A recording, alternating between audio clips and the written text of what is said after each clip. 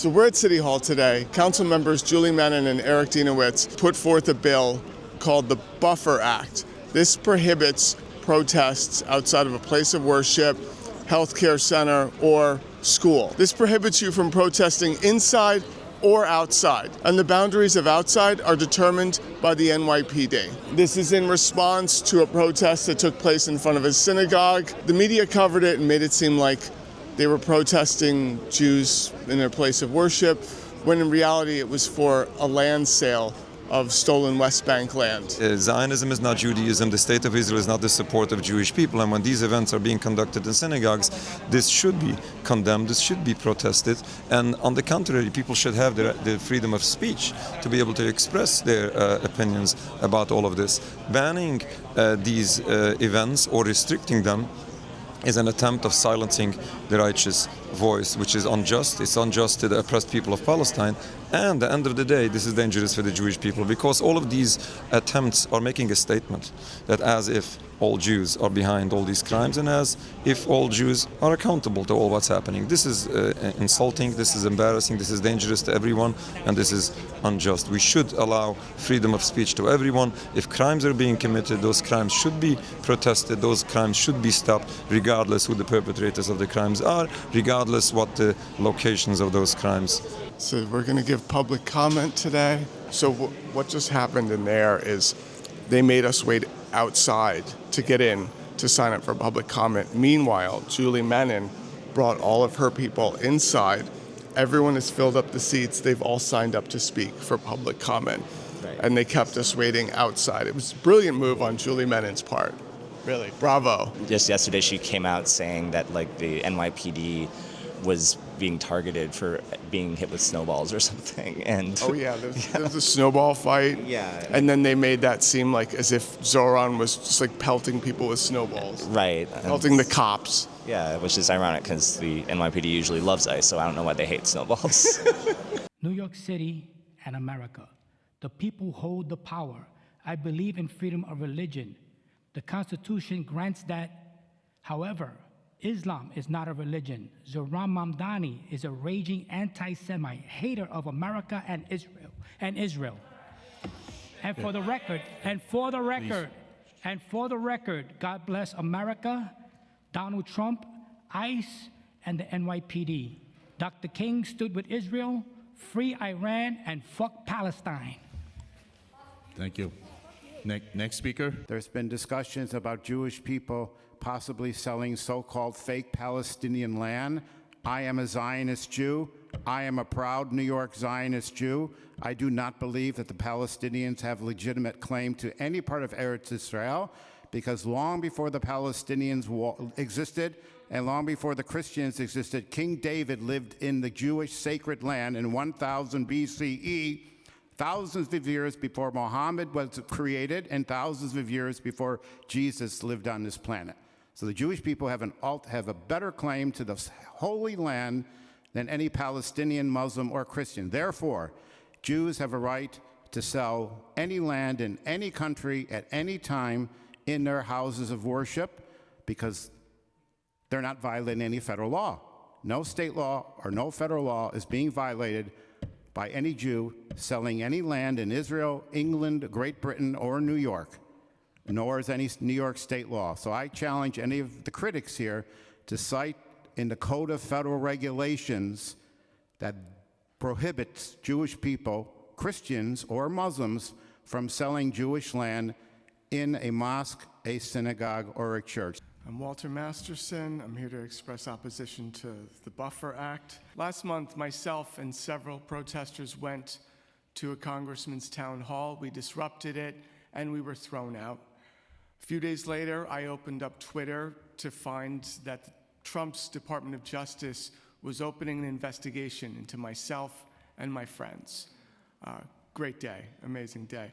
You see, because the town hall was held inside of a synagogue, the Trump DOJ was able to use that to weaponize protesting against myself and my fellows. We're here today because Council member Julie Menin and Eric Dienowitz are drafting a law called the Buffer Act. Under the Buffer Act, I can be arrested not just for being inside, but also outside of a religious institution, healthcare, education facility. Outside, that seems very vague, right? Like, what are the boundaries of that? Well, according to your bill, the NYPD determines these boundaries. I mean, what could go wrong, really? A few months ago, the real estate group decided to sell stolen West Bank land inside of a synagogue. This attracted protesters. No one that spoke here today in favor of this bill mentioned that this was a land sale of stolen West Bank land. This is not just a violation of civil rights law, fair housing law, it's a violation of the Fourth Geneva Convention, okay? Julie Menin and Eric Dinowitz are pushing the Buffer Act so that a real estate company can continue to sell Palestinian land inside a place of worship. Why? All right, this is being framed as keeping Jewish New Yorkers safe. All right, yes, our Jewish neighbors should be safe. All right, does selling stolen West Bank land inside of a synagogue keep Jewish New Yorkers safe? Does Jared Kushner's Mara Gaza keep Jewish New Yorkers safe? Thank you so much for your testimony. You know, the IDF Thank you just for your said testimony. I they're doing appreciate your testimony. We deliberately welcome a variety of communities to share our space, our small Episcopal church in Cobble Hill.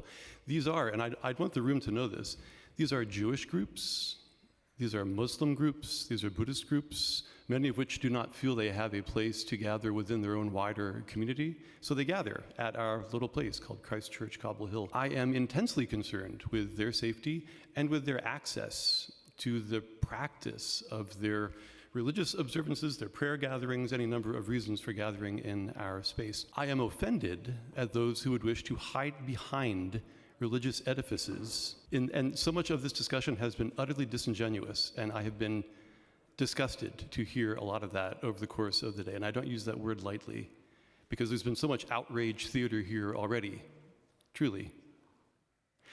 The other reason I'm opposed to this bill, though, speaks to, I think, our common need for civil liberties. Last week, a week ago, it was Ash Wednesday, which was the beginning of the season of Lent, and I gathered with many of my colleagues in front of the Federal Building, 26 Federal Plaza, right up the way, and we gathered to sing, to protest, to chant in defense of our immigrant neighbors. It was protected speech, it was moving on a sidewalk, right? It was in protest at activities taking place inside that building.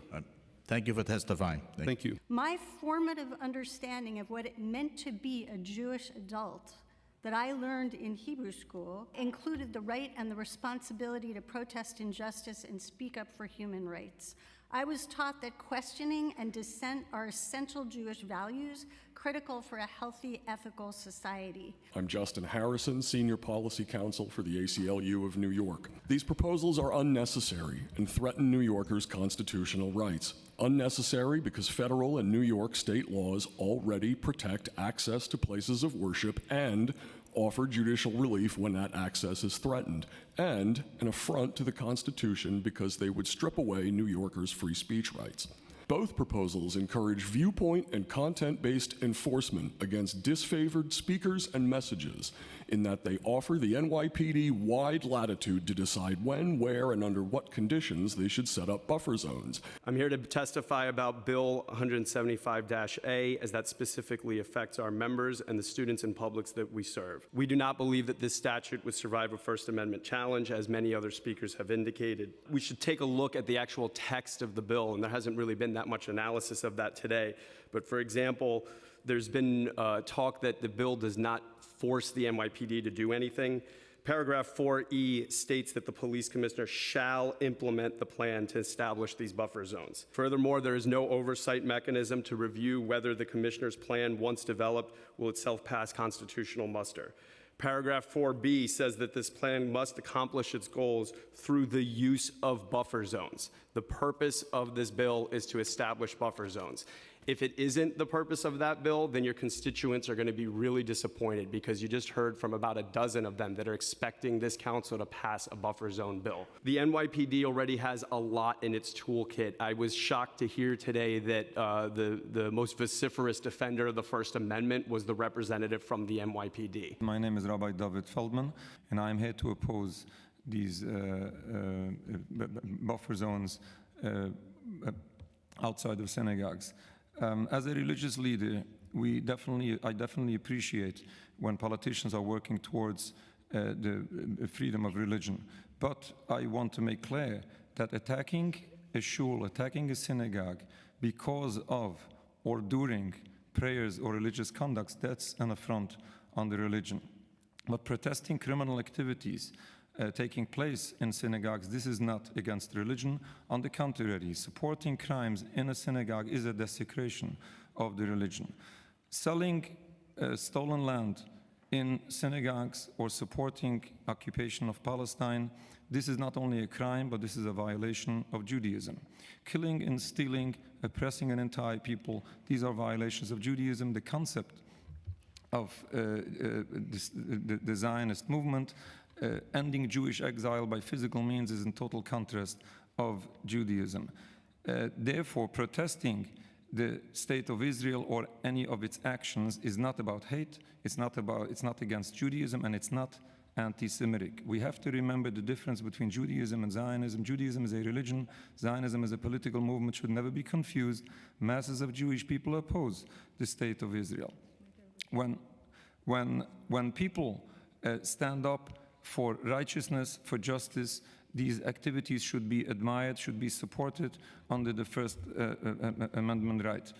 If administrations of religious institutions are concerned about these demonstrations, I encourage them to keep their institutions to religious activities only and not to crimes supported. I encourage you to oppose this. Jewish New Yorker and a union organizer at UAW. Today, I'm speaking on behalf of my union, urging council members to reject the proposed security perimeter bills. These bills would be a disaster for organized labor and for free speech in our city. They follow the Trump playbook of muzzling protest instead of actually addressing the root causes of protest. The issue is that educational facilities are also workplaces. The ability to protest visibly outside the workplace is one of the most powerful tools that we have as workers. About a violent protest and my personal experiences with it at Park East Synagogue on November 19th, 2025. On that evening at around 7:30, I was approaching the synagogue on East 68th Street, that entrance between Lexington and 3rd. I was wearing a kippah or yarmulke at the time. Synagogues around our country have seen violent attacks, arson, vandalism, and threats. Last November, as was mentioned so eloquently before by some of the speakers, protesters gathered directly adjacent to a synagogue entrance during an event, hindering access and creating an atmosphere of intimidation for those attempting to enter. What happened at Park East was not peaceful. Opponents of Intro 1A, the bill we're discussing here today, claim that synagogues are used to sell Israeli land, and therefore there should be no limitations on their right to protest. Can you talk about the religious and national connection of the Jewish people to the land of Israel and address how Israel is an integral part of Jewish identity? Quiet, please. Thank you. Yes, thank you for that question. And whenever Jews think about the history, which was filled with, unfortunately, anti-Semitism, pogroms, horrible events over the course of the last 1,000, even 2,000 years, Jews always thought about, well, one day we'll go back to Israel.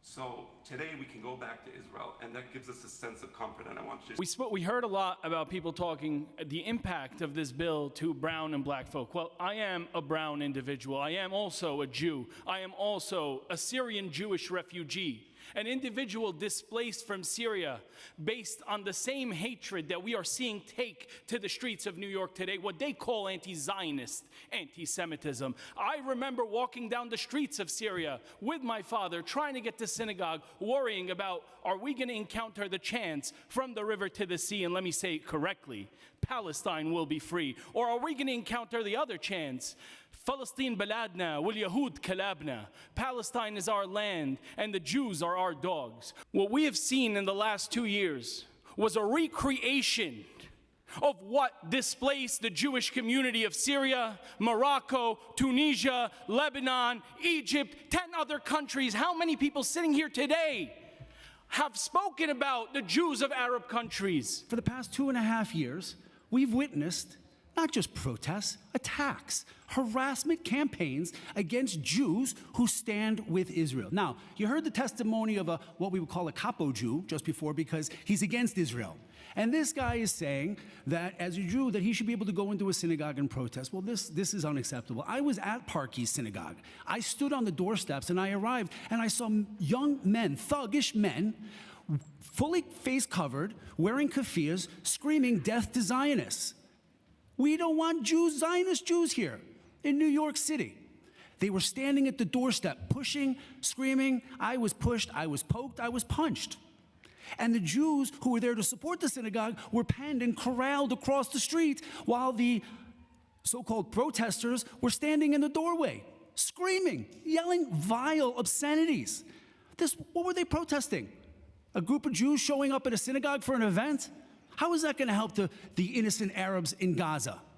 Really, after 2.5 years, I was at 770 Eastern Parkway last May when a violent mob from within our lifetime, who's been marauding the city with impunity, costing the city millions of dollars in overtime and cost to the NYPD.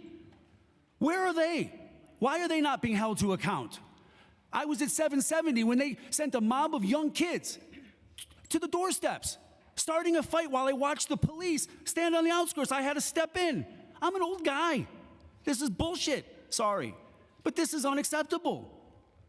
We're debating a buffer zone. I'm a free speech absolutist. Absolutely. As much as I find what they're saying reprehensible, go for it. This is America.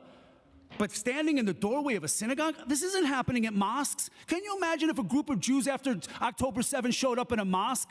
The worldwide condemnation, we would never do it.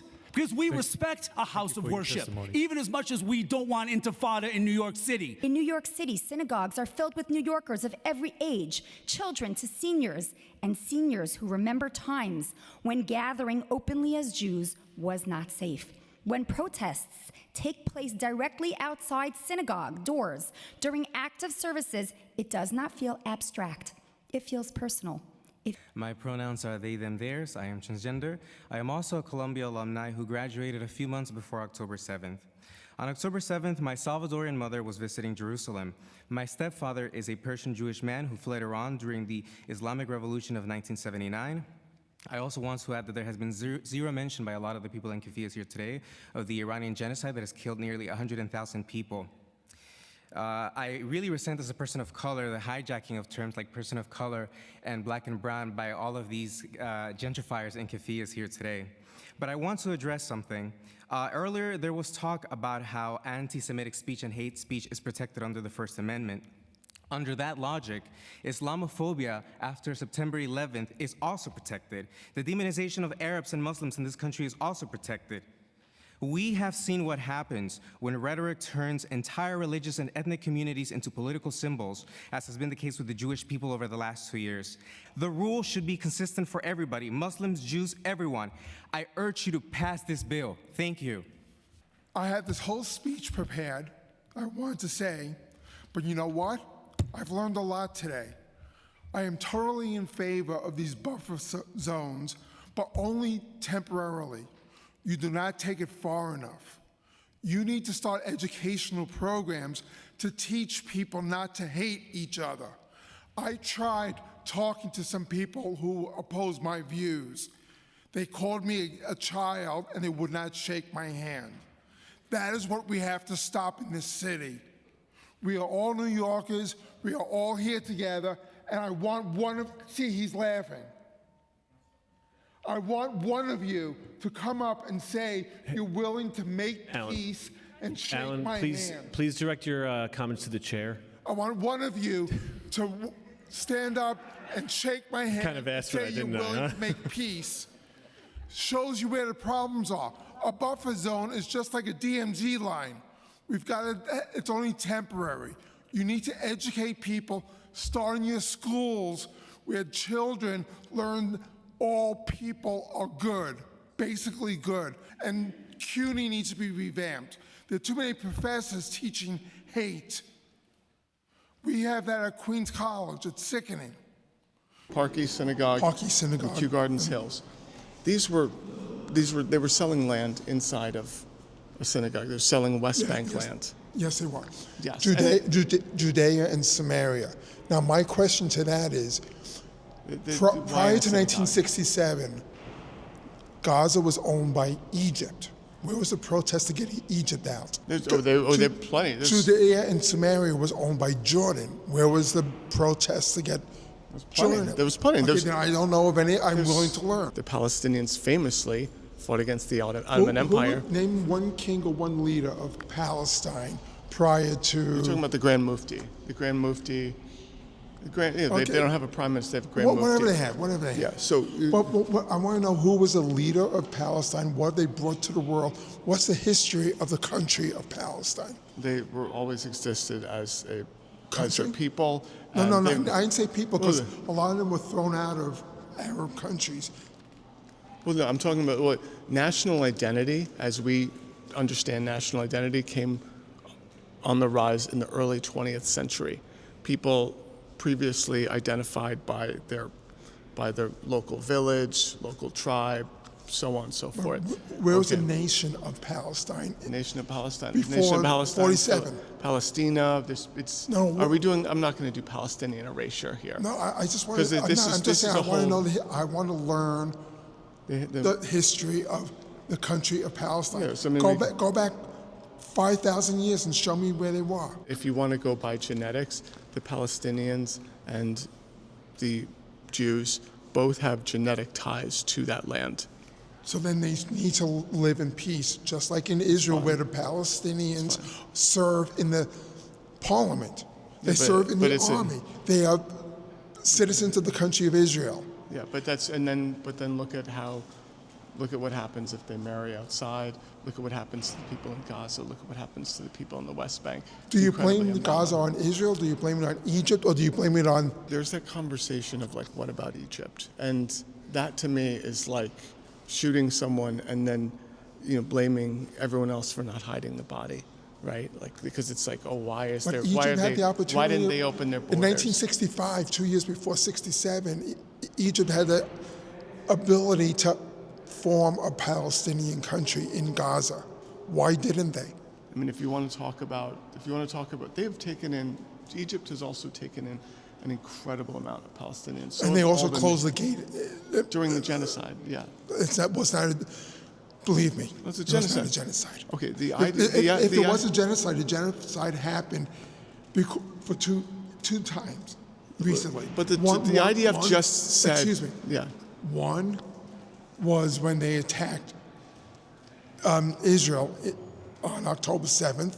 That was a genocide of 1,300 people. Second genocide was Hamas killing their own people. No one protests that. The IDF confirmed that the death toll in Gaza was 70,000. I can't interface. How many people died from the American bombing in Germany during World War II? Was that a genocide of Germans? Was it intentional? I mean, yes. you have Smotrich. Yes, you have it was. Smotrich and Ben-Gvir. Answer my question. When we bombed Dresden, which was not a military base, and killed most of the citizens of the city of Dresden during World War II, was that a genocide? Did America commit genocide? But that didn't last 3 years. It's a war. Dresden. How long did Dresden last? The war itself lasted more than 3 years. Yeah, but saying, well, this is just war. Do you want me to say that about October 7th? I would never say that about October 7th. You could say. I also wouldn't condemn the Warsaw Ghetto Uprising. The Warsaw Ghetto lasted 3 years. Voyage lasted 5 years. These are genocides that lasted a very long time. If you say that Israel was attacked on October 7th as part of a war, I would accept that. But then Israel had a right to fight back, and it did. Okay, so then, I mean... So, yes, it was a war started by the Palestinians. The Gazans and the people in the West Bank are continually getting their land encroached on. They don't have a right to resist their own annihilation. So, once again, why didn't they do it? A, Israel gave Palestinians the land, was it? That's under Ehud Barak. It didn't happen under Ehud Barak. Because that was I've looked at that one. I understand that on its face looked like they were giving Ehud Barak, and under the Clinton administration was giving the land up. that was not happening. That's actually an example of like a very failed. As abortion activists, we have seen firsthand the success of protesting outside religious institutions. In 2021, we organized a campaign to get St. Paul's Church in Brooklyn to stop hosting anti-abortion groups. 3 months later, the church declined to host the anti-abortion bigots, saying they were tired of the attention. Our campaign was successful precisely because we were able to table and protest directly in front of that place of worship. As an organization, we believe it is our moral duty to inconvenience people who spread hate, violence, and bigotry, regardless of what they are. We will continue to fight until Int 1A and 175A are scrapped entirely. We will continue to oppose those who violate others' bodily autonomy, be they Catholic bigots or genocidal settlers. My name is Noella Williams, and I'm an organizer with New York City for Abortion Rights. I am here to oppose Speaker Menon and Councilmember Dinowitz's proposed bills around places of worship and educational facilities. By preventing First Amendment protected speech and protests, the intent of these bills is to stifle free speech on significant issues in public places like the streets. In New York, places of worship, healthcare facilities, and buildings associated with educational institutions are everywhere, and their close proximity would limit political protests and potentially criminalize countless demonstrators. Educational institutions are places where knowledge is made and shared. Protests maintain the integrity of educational institutions as counter-narratives to the top-down imposition of oppressive knowledge and institutional policy. Restricting the ability to protest at educational institutions relegates them to sites of indoctrination, not learning. Under the guise of laws, which can be unconstitutional, and order, which cannot exist in the absence of justice. Because of this, I know that regardless of the supposed intent of these bills, their impact will be the further criminalization of Black, brown, immigrant, Muslim, Arab, South Asian, Palestinian, disabled, queer, poor, low-income families, educators, and worshipers. It would be remiss of me to not mention some of the good decisions made during our country's founding. For example, the First Amendment gives us civil liberties that are core to a functioning democracy. It allows me to say things like, our president is a pedophile protector that is building concentration camps for immigrants and erasing trans people from the U.S. Thank you for your testimony. We know that police do not create safety for all students, and that Black and brown students are disproportionately targeted by police.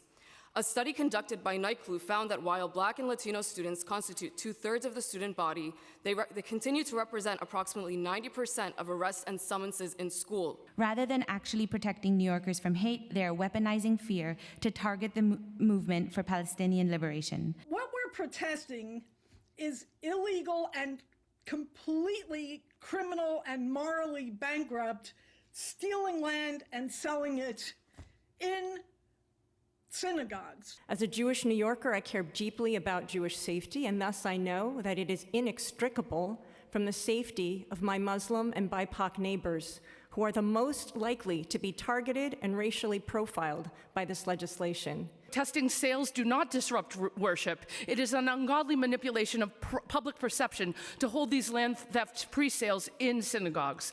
Allowing these war crimes to take place in synagogues is no different than when the KKK organized their crimes against humanity in churches. I'm also a childhood survivor of anti-Semitic violence. I strongly oppose Intros 1A and 175A to create arbitrary deployable buffer zones around places of worship and educational facilities. These bills, presented as part of a package to combat anti-Semitism, pit parts of New York City's Jewish community against the right to protest. They don't address hate. They threaten New York's storied tradition of activism, protest, and the public's ability to speak truth to power. These bills give police discretion to criminalize proximal acts of protest. In Minnesota, it was also discretion that DHS officers murdered peaceful protesters deemed to be in the wrong place. Constitutional rights should never be contingent on police discretion. Intro 1A was written in response to incidents at synagogues where stolen Palestinian land was illegally auctioned. In the past year, protests that opposed what was happening inside those synagogues, not Jews going to study Torah or to pray together, but to make plans to leave New York and make Aliyah, and in some cases to become settlers in the occupied West Bank. That's included an Israeli real estate event last month in Kew Gardens Hills that offered turnkey real estate help to purchase homes in Ma'ale Adumim and Modi'im, both in the occupied West Bank. Israel's committing a genocide. It has been committing a genocide for 8 decades. Zionism is an ethnic and racial supremacist ideology that calls for and requires the extermination of my people, the Palestinian people. And it is the ideology that Israel is founded on and has been pursuing long before October 7th. People here have talked about how the stolen land sales are violations of international law, specifically Article 49 of the Geneva Convention, which prohibits the transfer of a population to occupied territory. I want to talk about how they're also in violation of local New York State fair housing laws and federal fair housing laws. In order for people to access these sales, they have to submit an application that explains their connection. You know, they have to swear that they're Jewish, they have to give the name of their shul and their rabbi, and then that person is called to make sure that not only are they Jewish, but they're the quote-unquote right kind of Jews. We heard many people who are in support of these bills today testify, engage in actual anti-Semitism, and use anti-Semitic slurs against other Jewish people who are anti-Zionist. So not only are the sales accessible in a discriminatory manner, but they are also selling land in occupied territory that by law is only available to Jewish people. Instead of this city council, instead of the mayor prosecuting and preventing these sales, under existing laws, we're trying to create new laws to prevent the protests of these sales. My name is Colin Buckingham. I work in disability in the context of war and genocide. If the Park East Synagogue and other houses of worship were not holding land sales and settlement recruitment fairs in direct violation of international law and human rights, we would not be out here protesting. The semantics of the bill and its amendments fail to address the core of the problem, that houses of worship are being used to, at best, tacitly endorse and in reality enable crimes against humanity. The UN International Court of Justice has ruled that Israel's occupation of Palestine, including Gaza and the West Bank, are illegal under international law in a ruling handed down in July 2024. This includes settlements and the apartheid actions of blocking aid, food, and medicine. Therefore, it stands to reason that both the land sales and the settlement recruitment fairs would also be illegal under international law. I don't need a law to tell me that forcibly displacing people from their land is wrong, that Israel's ethnic cleansing, as agreed upon by the UN, Doctors Without Borders, and more, is wrong, that events enabling these atrocities should not happen at all, let alone in our neighborhoods.